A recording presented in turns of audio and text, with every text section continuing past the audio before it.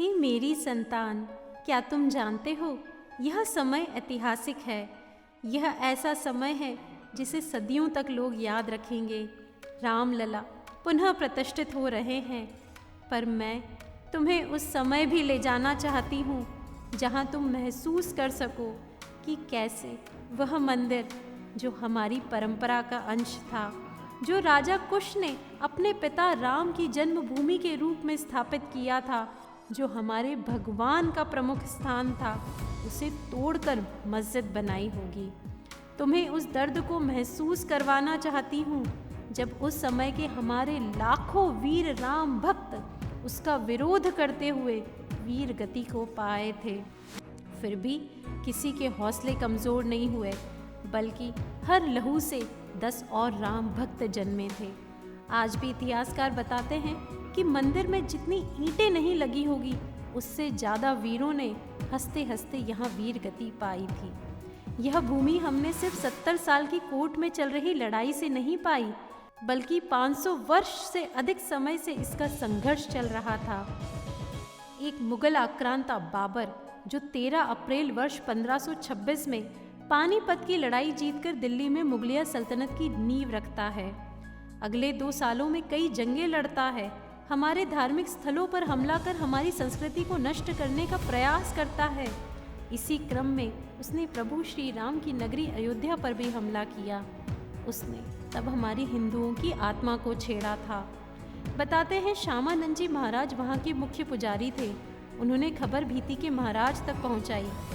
बाबर की सैन्य शक्ति के अनुसार उसकी जीत निश्चित थी, फिर भी महाराज ने भयंकर युद्ध लड़ा, कुछ समय के लिए उसे रोके रखा। इतिहासकार कनिंघम अपने लखनऊ गैजेटियर के 66वें अंक के पृष्ठ 3 पर लिखते हैं कि 1,74,000 हिंदुओं के बलिदान हो जाने के पश्चात ही मीर बाकी अपने कदम मंदिर की ओर बढ़ा पाया था। यह चिंगारी तब रुकी नहीं थी। तब वहाँ के आसपास के गांव, सराय, सिसिंडा, राजेपुर आदि के सूर्यवंशी क्षत्रिय एकत्रित हुए, फिर से युद्ध किया। महाराजा रणविजय सिंह ने बड़ी वीरता से युद्ध लड़ा। उनके पश्चात उनकी पत्नी रानी जयराज कुमारी ने जन्मभूमि की रक्षा के कार्य को आगे बढ़ाया। 3000 नारियों की सेना लेकर उन्होंने छापामार युद्ध जारी रखा। स्वामी महेश्वरानंद जी ने सन्यासियों की सेना बनाई और वे भी रानी जयराज कुमारी का समर्थन करते थे। इस प्रकार यह एक ऐसा युद्ध था जिसमें हमेशा से क्षत्रिय और हमारे सन्यासी एक साथ लड़ते रहे। बताते हैं जन्मभूमि को मुक्त कराने के लिए लगभग 77 बार युद्ध किए गए। इस संग्राम में भीति, हंसवर, मकरही, खजूरहट, दियरा, अमेठी के राजा गुरुदत्त सिंह अमर हो गए। इन सभी के द्वारा मेरे बच्चे, मैं तुम्हें यह बताने का प्रयास कर रही हूँ कि यह लड़ाई सिर्फ भूमि की नहीं थी, यह हमारी संस्कृति को बचाने की थी, हमारी सोच को बचाने की थी।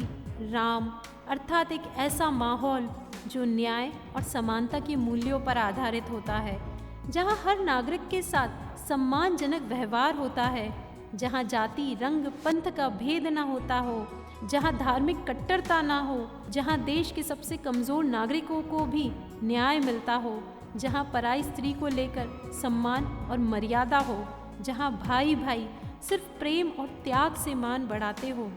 लेकिन उस समय उन आक्रांताओं के द्वारा क्रूरता, असमानता, अराजकता, उपद्रव, आदर्श विहीनता, अत्याचार, असंतोष, अन्याय, स्त्रियों का अपमान, भाई भाई से सिर्फ द्वेष की नीति के आगे हमें कुचलने का प्रयास किया गया और कई सालों तक हम परतंत्र भी रहे।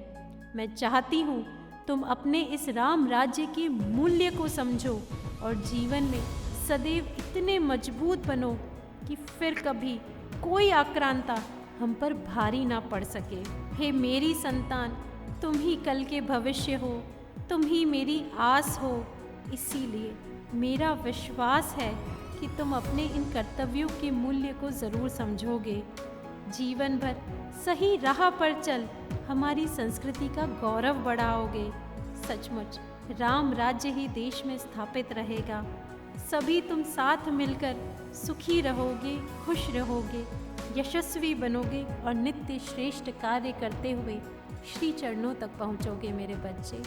यही मेरी मंगल कामना प्रभु से प्रार्थना है बच्चों, यही प्रार्थना।